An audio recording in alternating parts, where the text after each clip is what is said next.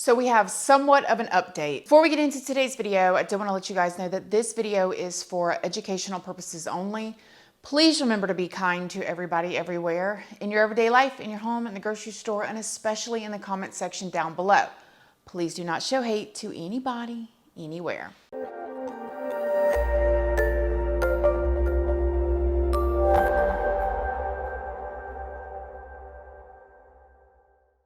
Good morning, my lovelies, my beauties, my friends. My name is Christina and welcome to my channel. If you're new here, thank you so much for clicking on this video. I really hope that you will subscribe, stick around, take a chance in hearing some things that I have to say. And if you are a returning subscriber, y'all already know, y'all are my babies. So good morning, good morning, good morning. How is everybody doing today? I hope you all are having an amazing day. You guys, I have been so obsessed with this situation with the submersible and the 5 people on it lost at sea ever since I heard about it. I did the video for you guys yesterday.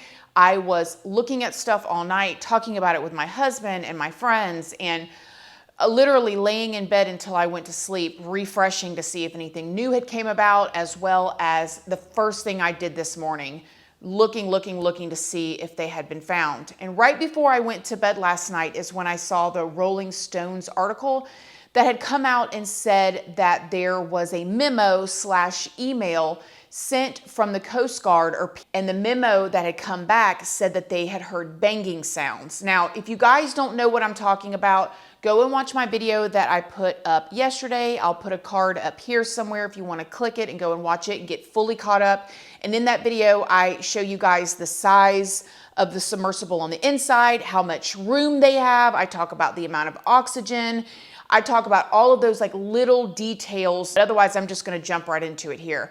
So I saw that article about the banging noises, and in this article they talked about how they had been dropping these sonar buoys down into the water hoping to hear something, and they said that they were hearing banging noises in 30-minute intervals, which is what made them think it could be possibly them in the submersible, maybe on the bottom of the ocean floor somewhere, because they have not been able to find it floating at the top. And that the banging at the 30-minute intervals is what would make them believe that it could possibly be them. Now, I just watched the press conference that came out. I'm going to go over the press conference highlights of things that I thought was most important, which they didn't say a lot, but they did say some stuff that we did not know. And then at the end of this video, I'm going to share something with you guys about this situation that I was just flabbergasted by. So make sure you stay to the end. So the Coast Guard, Captain Jamie Frederick, came out to do a press conference and was answering questions and basically telling what was going on so far. And he basically said that obviously they have not found them yet, but he talked about all of the resources that are being brought out there. Again, this is an incredibly complex search operation requiring both surface and subsurface elements, and our unified approach is critical. The location of the search, 900 miles east of Cape Cod and 400 miles southeast of St. John's, makes it exceptionally difficult to mobilize large amounts of equipment quickly. And there are people from multiple different countries out there helping, including Canada, the UK, obviously the US. And Captain Frederick said in this press conference that a French team is coming as well. So that's incredible, and that is truly one of the good things that happens when there's a catastrophic event, is we all come together to help each other. So that right there is a blessing. Now, he talked about the banging, and he even brought up another expert, or the tapping sounds that they were hearing in 30-minute intervals. Now, the Rolling Stone article that I read last night that came out yesterday said that they started hearing it, I believe, at 2 a.m. the day before and weren't hearing it anymore. So I'm reading this going, okay, wait a minute. So they heard the tapping and then they didn't. So are they still alive? Are they not tapping? Is it them? And I'm wondering all these things. But this guy said today that they have been hearing the tapping as of yesterday into today as well. The noises were heard by a Canadian P3, and that was this morning and some yesterday. So there is a possibility that it is them and they are alive, because that would be the only thing that they could do, is get something and bang it and try to preserve their energy because their oxygen is running low. Now, as of right now, they allegedly have like 24 hours left of oxygen, and they have that CO2 scrubber in there to hopefully keep them from being poisoned by their own exhales. But I do want to say this. Y'all know I'm not no expert. For the love of God, please go do your own research. But there are situations and cases where people have been lost at sea or have been lost in certain, situations where they were low on oxygen and all the odds were against them to not survive, and they survived. So it is still possible. And even if they don't get them at that 24-hour mark, which I hope that they do, I hope they get them like now, it is still possible. Like, miracles really do happen. But one of the professionals came up there and said that they have experts that listen to these sounds that come from the ocean basically all the time. Like, they're not just going to hear a little bit of tapping and think, okay, wait a minute, that could be them. The ocean makes sounds, and they're listening to sounds close to the ship, the Titanic, and because of different currents, it's going to make sounds as well. So the ocean is a very complex place. Obviously, human sounds, nature sounds, and it's very difficult to discern what the source of those noises are at times. But I can tell you that this team has multiple sensors. They're in the area. They're sending data back expeditiously to the best in the world people to analyze that data, and then they're feeding the results of that analysis back to the unified team, and they're making decisions. And the expert basically said that these people are trained in knowing the difference between different sounds. Is it possible a ship in the ocean or even some mammals out there could mimic that kind of sound? So I can tell you from my experience with acoustics that there are sounds by biologics that sound man-made to the untrained ear, but I can assure you that the people listening to these tapes are trained. And they do believe that this tapping could be them. I mean, they don't know. The ocean is so big, so vast, so deep where they're at. Again, over 13,000 feet. They don't know if it's them, but they know that that sound could be them. There have been multiple reports of noises, and every one of those noises is being analyzed, tracked, looked for patterns, and reported upon. Can you describe what the noise sounds like that they're hearing?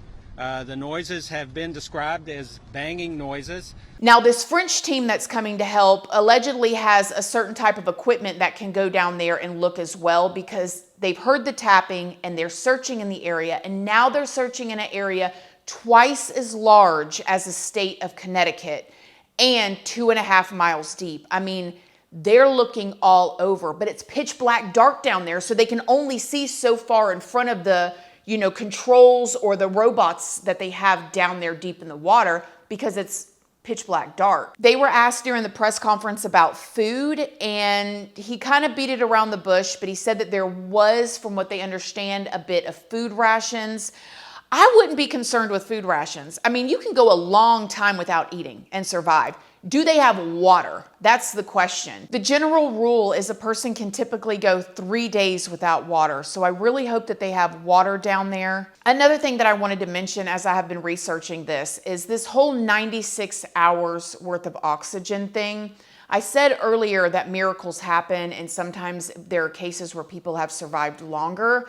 However, this whole 96-hour of oxygen, it's never been tested with this ship before. And speaking of that, you guys, a few years ago, a whistleblower came out against OceanGate, and it was an employee that said that they were blowing the whistle, that there were severely unsafe things that they were doing or unsafe environments. In 2018 court filings, a former OceanGate employee said he was fired after voicing concerns about the Titan, saying it posed potential danger to passengers as it reached extreme depths.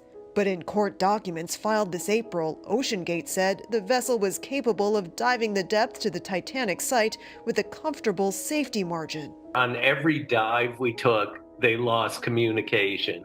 Going in, how very dangerous this is. But we also have to remember that this whole OceanGate experience was labeled an experimental trip or venture down to the Titanic. So the company was very clear with people like these millionaires and billionaires that go on these trips. I mean, you got to be a certain type of person, again, to pay $250,000 to go down and see the Titanic, which, no disrespect at all, and I don't mean to say this to be funny, but let's be real here. You can see on 4K on YouTube for free. You know what I mean? Like, you can see it real good on YouTube for free versus trying to fight to look through a little porthole. But if that's some people's dream, then that's some people's dream. It's kind of like people that climb to Mount Everest. Have y'all ever watched that on television when people climb Mount Everest? You're looking at it like, why are y'all doing this? Why are you walking across a metal ladder thousands of feet in the air, sleeping on the side of a frozen mountain with the wind blowing? Like, it takes a certain type of person to want to do that, right? I mean, my husband and our oldest son went skydiving. That ain't for me neither. You know what I mean? But some people, they want to do it in life. And these people obviously wanted to go down and see the Titanic. But also with that, multiple people have come out and said that every single time this Titan goes down, it loses connection or communication with the mothership above. Every single time it does. And as a matter of fact, I guess last summer, the trip that it took, it lost communication for about 3 hours with the mothership. And that's terrifying. But that could be why, and you guys, when I heard this, I'm like, I need somebody to explain this to me. So this submersible left just this previous Sunday, it left the ship at like 5 a.m., okay? So it leaves the ship at 5 a.m. and it's descending down the 2.5 miles to get down to the Titanic. It gets down to 1 hour and 45 minutes when it loses communication with the mothership. So it loses communication. All communication is gone between 7 and 8 a.m., okay? 7 and 8 a.m. on Sunday. Now, they don't hear anything from this ship at all day long, all into the afternoon. And at 5:30 is when the submersible was supposed to pop back up to the top of the water and be floating. Well, at 5:30 p.m. comes around on Sunday and it still doesn't pop up. They wait until after 9 p.m. That's when they called the Coast Guard. So it lost communication around 8 a.m. or before, and the Coast Guard does not get notified until 9 p.m. That's all them hours. Who knows what could have happened? I don't know the protocol of calling the Coast Guard. I know that I sure wouldn't want to call them and get them involved if it was unnecessary, because again, they have to travel so far to get out there. Then you get out there and then they pop up and you're like, well, never mind. It was just, a fluke. But you're talking about from 8 a.m. to 9 p.m. That seems like a long time to wait to call. I also heard an interview that was so moving and so touching with a guy that went down to see the Titanic. He's a scientist back in 2000, so 23 years ago.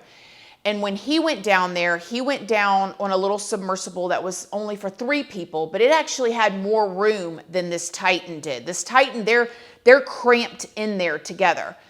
And he said that when he got down there, they were looking around and then their submersible started to speed up because there was an underwater current and it sucked up their submersible and jammed it into one of the huge propellers of the Titanic. And they were stuck there for about 3 hours and he thought that he was going to die.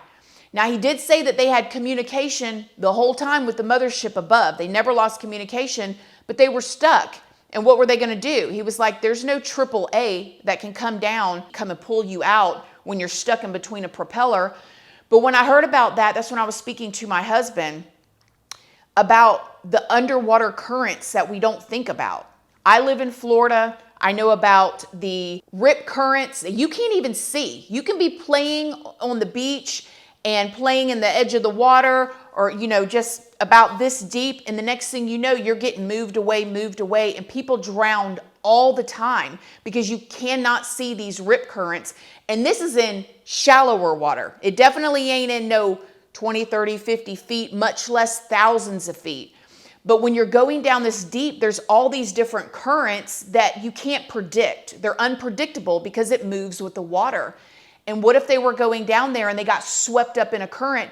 They could have been pushed thousands of feet away. They could literally be anywhere if they got swept up in a current, which is also terrifying to think about. And if they lost power, and we talked about this yesterday, which obviously they had to have because there's no communication at all, not even a ding, which is sending out a signal to where they're at, no communications, no text messages, no nothing, then they are in the pitch black dark, in the freezing cold, it crammed in a little area, struggling to breathe.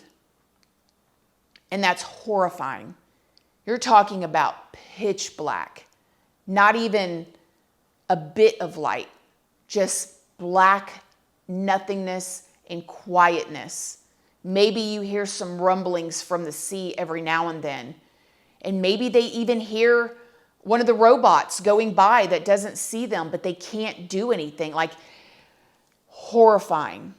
And then again, you guys, I talked about this yesterday, but I have to talk about it again because it is the thing that bothers me the most about this. So there's 5 people on this submersible. 4 of them are grown men. I mean, they have lived their lives. There's a billionaire on there, very successful, people that go on all kind of expeditions and have lived a lot of really good life. I've seen plenty of interviews about every person on there and how amazing they are and all these things that they've done. But that 5th person is a 19-year-old young man. To me, a baby. Yeah, I mean, to me, a baby. Y'all know we have a 22-year-old. And to think about being trapped in there with my child and not being able to help them. Like most of us as parents, we would jump in front of a bullet or anything for our kids. We would do anything to save our children. But to be trapped down there with your child and not be able to do anything to help them, you can just imagine the conversations, the tears, the I'm sorries, the trying to reassure, trying to calm, maybe making peace with passing over, praying, like the mental anguish that they're going through down there, if they're still alive, is horrifying. Hopefully they will come out of this and hopefully they'll be okay, but it's going to change all of them if they do. And they may not make it out. That's so sad. Now, as sad as that is to think about, then we switch gears and I'm going to tell you guys about these social media posts of one of the people that's down there's stepson. I was shocked to see this, you guys. I'm trying to remember that not everybody is like me. We don't all think the same. We don't all have the same morals. We don't all have the same goals. Maybe that doesn't mean that the next person is a bad person. But I got to share this because I just want to get y'all's opinions because I'm like, I don't get it. So the British billionaire Hamish Harding is missing and is on this submersible. This guy, Brian, who is his stepson, and I'm not going to say his last name. I can't pronounce it anyways, but nevertheless, his name is Brian, and he's been posting very publicly on social media that this is his stepfather. He goes on to ask to please keep my family in your prayers at 6:35 a.m. on June 21st of 2023, which was this morning on Wednesday morning. Then about 30 something minutes later at 7:02 a.m. on June 21st, 2023, this Brian shares, I guess she's an OF lady online, where she posts, "Can I sit on you?" And he posts, "Yes, please." Like your stepdad's missing. Like the whole world's looking for him and concerned for him and the 4 other people right now. That's weird to me, but it gets weirder, you guys. 15 hours ago, he posts, "It might be distasteful being here, but my family would want me to be at the Blink 182 show as it's my favorite band and music helps me in a difficult time." For the record, if I go missing, if anybody's questioning it, if my children could just wait and find out before they go to the concert, listen, I want you to enjoy your life and have fun, but if you could just wait, or if you go, can you not post online about how your family would want you to be happy? He's still missing right now. He could be alive. But can you imagine Can you imagine your family member, your step parent? And I mean, there's a lot of jokes online, people saying that he's celebrating, it's a stepdad, he's going to be in the will, stepdad's a billionaire. But when you think about that, this man could literally be alive right now in a basically a capsule in the dark in the bottom of the ocean, it just kind of makes you think like, just don't post it on social media. Just don't, how about just don't do that? You live the way you want to live, but like, you're asking for prayers and you're also, I don't know, that just kind of rubbed me real wrong. I'm like, gross. So what do you guys think? Do you think that the tapping could be them? Do you think that they could be alive? If you guys want to watch a good documentary, I got 2 of them I'm going to recommend to you. Now, I'm not going to tell you guys how they end in this, but it might surprise you. It might go the way that it's supposed to go and it might not. But nevertheless, they're really good documentaries and they're these 2 right here. Highly recommend. This Last Breath, whoa. And then this one right here about the 13 kids that were lost in a cave in Thailand. Whoa. These are really, really good, you guys. If you're looking for something to watch, I suggest you watch those. Other than that, I love you guys. Thank you guys for watching and I'll see y'all in the next video. Bye.